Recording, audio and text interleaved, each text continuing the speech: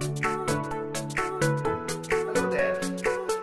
In this video, I'm going to tackle video assessments, which are now almost a common tool used by B schools across the globe. Increasingly, most schools prefer that besides answering some application essays, that you submit a video response to a set of questions that they prepare. And this is also the case with Oxford. When you're applying for the MBA or for the 2+2, you're going to have to complete an online assessment. So let's talk about that in this video. My name is Anand Venkatesan. I'm the founder of Mentors Capital, a platform that helps students network with mentors across the globe and make better decisions in their admission processes. All right, let's get started. Right, so the Oxford assessment in general has three specific components, right? It's good to know what those are before we go ahead and continue with our strategy for the same. The first component of the online assessment is what is called motivation-based questions, right? So basically, the guidelines say that there will be two questions that we will be prompted for. And each of these questions will give you about 60 seconds of response time and about 90 seconds to consider your response, right? So 90 seconds of preparation followed by about 60 seconds of a response in video format. The second section, once you complete the first section and the two questions within that, you move on to the second section, which is a competency or skill-based section. And here's where you'll be asked one question that is based on a specific skill or a competency and around a situation and on a situation around that. And for this question, you will be given about 45 seconds for a response and about 60 seconds before that to collect your thoughts, right? Okay, so these are the two video assessment. Following these is a written round where you will be given a topic, which is, usually a light-hearted, a simple topic. And the time allotted to you is about 5 minutes, within which you need to complete this assessment, right? So 3 sections in the Oxford assessment, and these are what get tested on it, right? Now, before I go ahead and talk about the strategy to tackle, the Oxford video assessment, I think a general word of advice for any sort of a video response, it could be an interview that you're going to take. It could be an online assessment, which consists of multiple such, questions that you're answering. Be mindful of the 3 A's, right? Now, the 3 A's are fairly straightforward. The first A is attire, right? Remember, you're applying to a B school. You must present a formal and serious look in the assessment, in the submission there. So make sure that you're dressed up in business formals.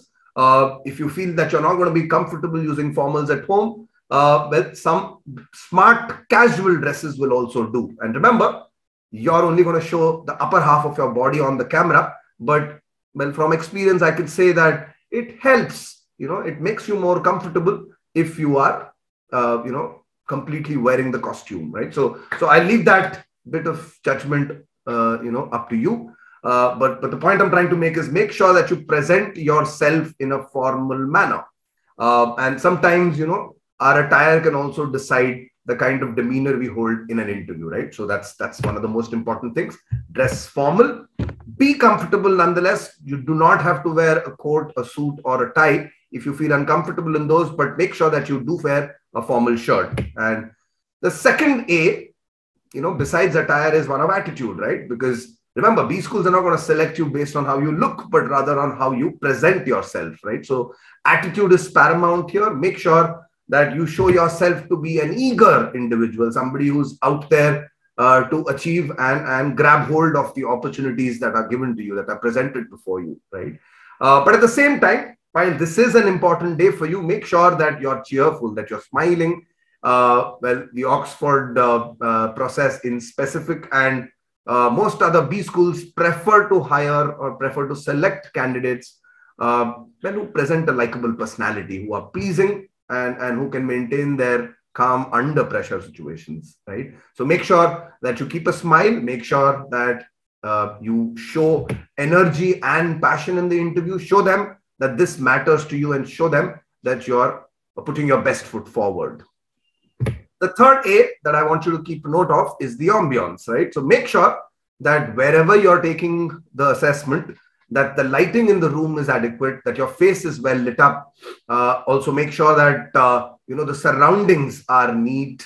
And overall, the frame that you're presenting, right, is camera friendly. Remember, it is a video assessment, unlike the one that I'm showing you. It shall not have a presentation. It will have your face filling up the screen. So make sure that the background is clean. Make sure that it makes a well lit and presentable frame to whoever is assessing you on the other end, right? So 3 A's, I think, very, very important from a infrastructure perspective. Make sure that you have the right mics. Make sure that your camera has the proper resolution. If you need to invest in surrounding lights, so that your room and your face is well lit up, make sure that all sources of light are behind the camera in front of you, so that your face captures the most amount of light, right? So 3 very, very basic tips. And now that we've talked about video assessments in general, in the next section, I will be taking each of those components of the Oxford assessment and discuss some thoughts and strategies for the same. But before I do so, I will quickly tell you about Mentors Capital, because tell you a little bit about what we do and what you can gain by visiting our website, right? But don't forget to come to stay logged in, because I'm going to discuss the Oxford assessment very, very soon. All right. So who exactly are we, right? Mentors Capital, as you can see, is the name of our website. And I think the philosophy that we hold true is that mentorship is central to all acts, whether they be in academic pursuits or professional pursuits, right? It pretty much is central to planning, to making good choices, and also to accumulate the right amount of knowledge and information, right? And I think the quote sort of encapsulates this idea beautifully. This is our vision of what mentorship can do for students. When we believe that there are advantages that you can derive by connecting with a mentor, which are far-reaching, right?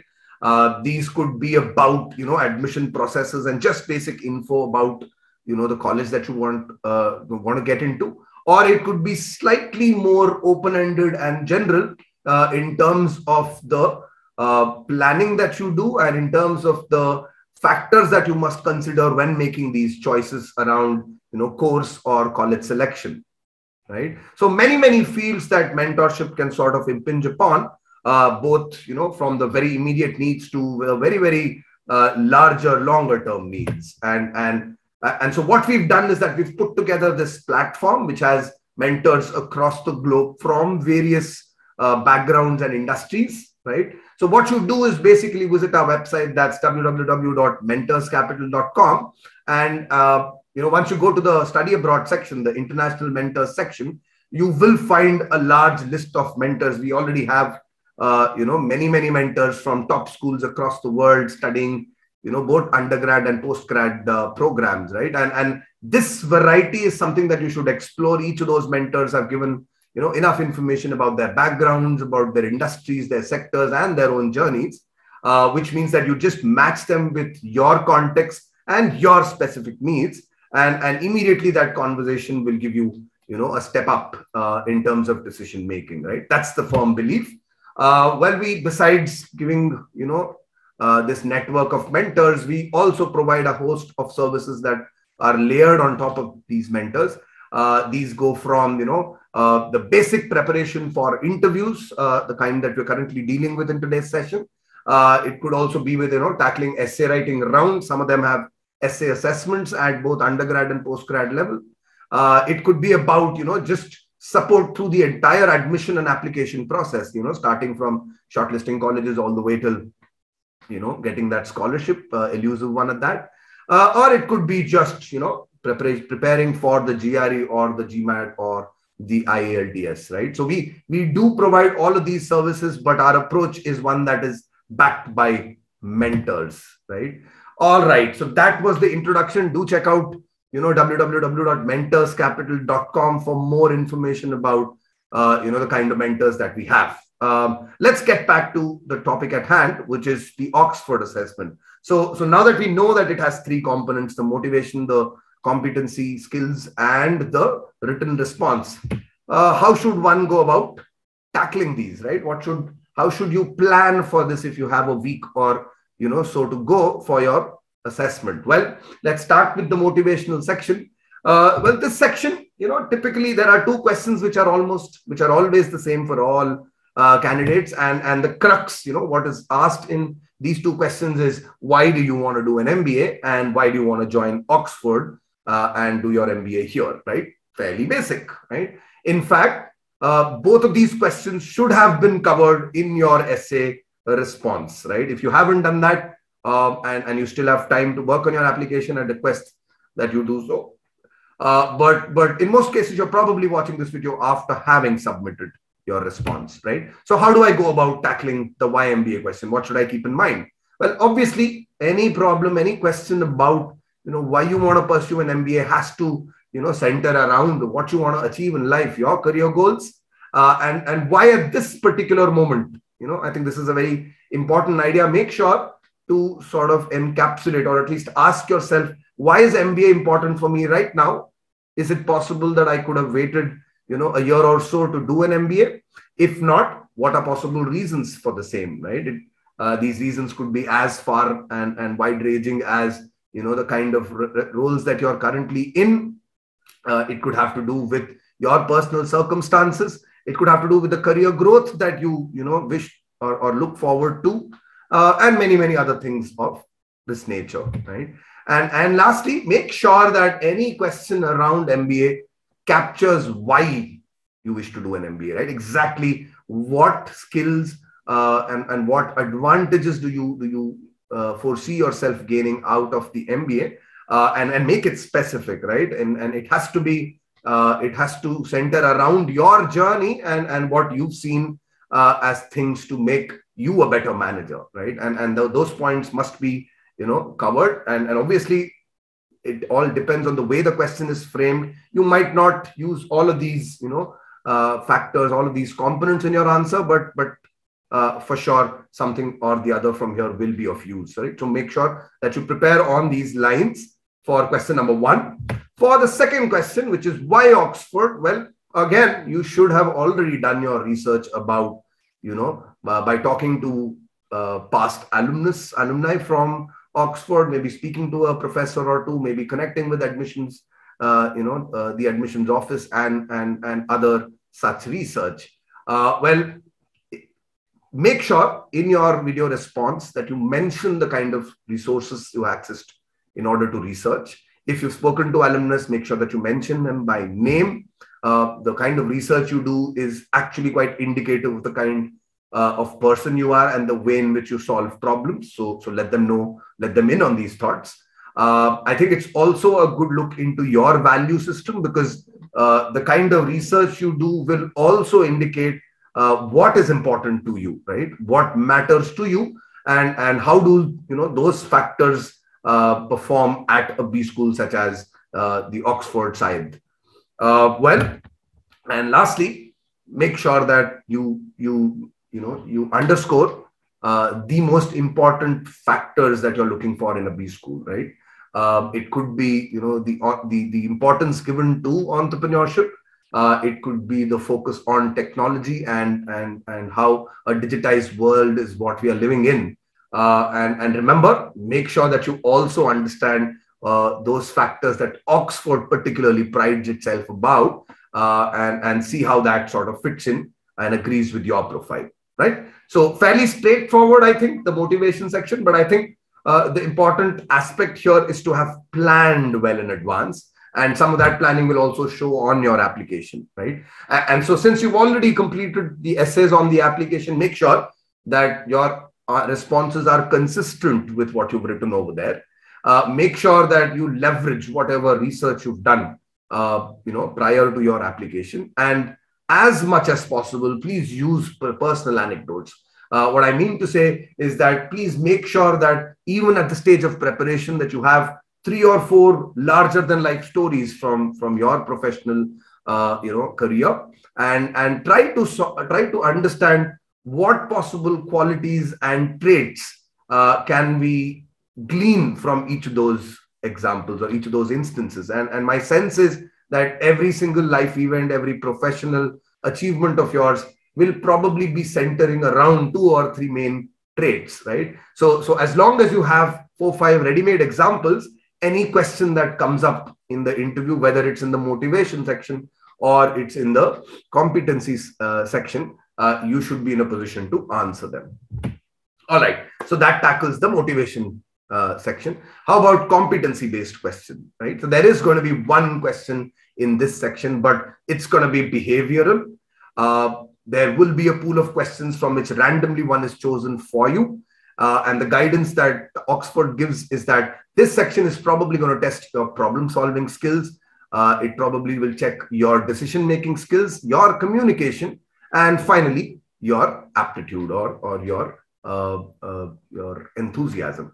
So from that perspective, competency-based questions, you need to keep 4 main things when you're preparing as well as responding or coming up with an answer to this. So the first aspect is preparation, right? Like I said just a minute back, make sure that you have personal anecdotes, at least 3 or 4 of them. But more importantly, make sure that you understand what those situations stand for. Maybe the same situation can be used as an example of performing well in a team, as well as a highlight of your professional career. The same example could also be a possible conflict that you faced, but could also be at the same time a significant challenge that you overcame, right? So it turns out that most of these questions have multiple layers, and prior thought and anticipation can really make all the difference. Number 2, whenever you're responding to a video assessment, make sure that you use up those 45 to 50, 60 to 90 seconds at your disposal. Make sure that you plan your response, right? And most of the time, besides just choosing which example or which anecdote to quote, it is also important to understand when you will mention the anecdote, right? Obviously, sometimes it's always good to start with an anecdote. It probably will give you some time to collect your thoughts if you haven't already done so. But my suggestion above all is that you think about how you will begin your response. Where in the narrative will your anecdote come into play, and what key factors are you going to tell from that story? And a very, very simple framework that you can use is a situation, action, and response. Very, very simple. What was the situation that you're describing? What exactly was the problem? Right? Very concise terms. And in the same situation, what action did you take?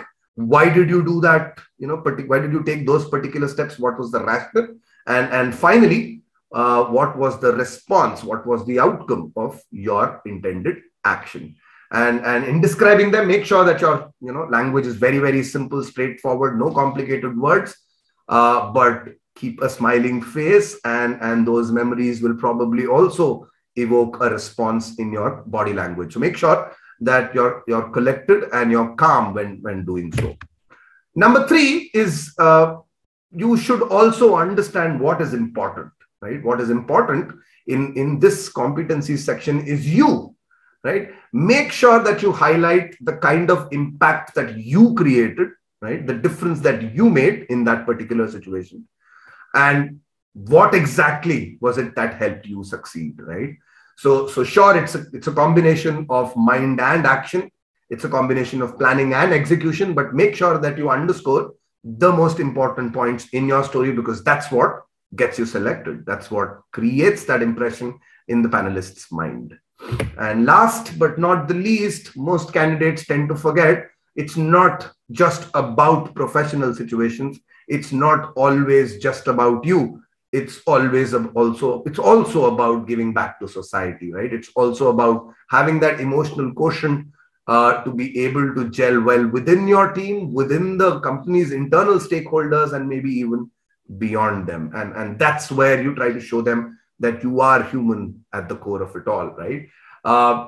Most B schools, and particularly Oxford, would like to see you display empathy in situations. So make sure that you ask yourself for every anecdote, what kind of empathy can I show here? Did I mentor my juniors in this example? Did I have some goals which were non-professional, which complemented my professional goals. Maybe I can talk about some personal anecdote where I gave, where I gave or helped out a particular community, did some volunteer work, but derived enough satisfaction to, state those in the interview, right? So make sure that you do respect, that you do show or display empathy within your team. And number two, make sure that you also sometimes be modest about, where you made mistakes. It's, I think, important to acknowledge failures, but it's more important to acknowledge the feedback that you got and the kind of steps that you took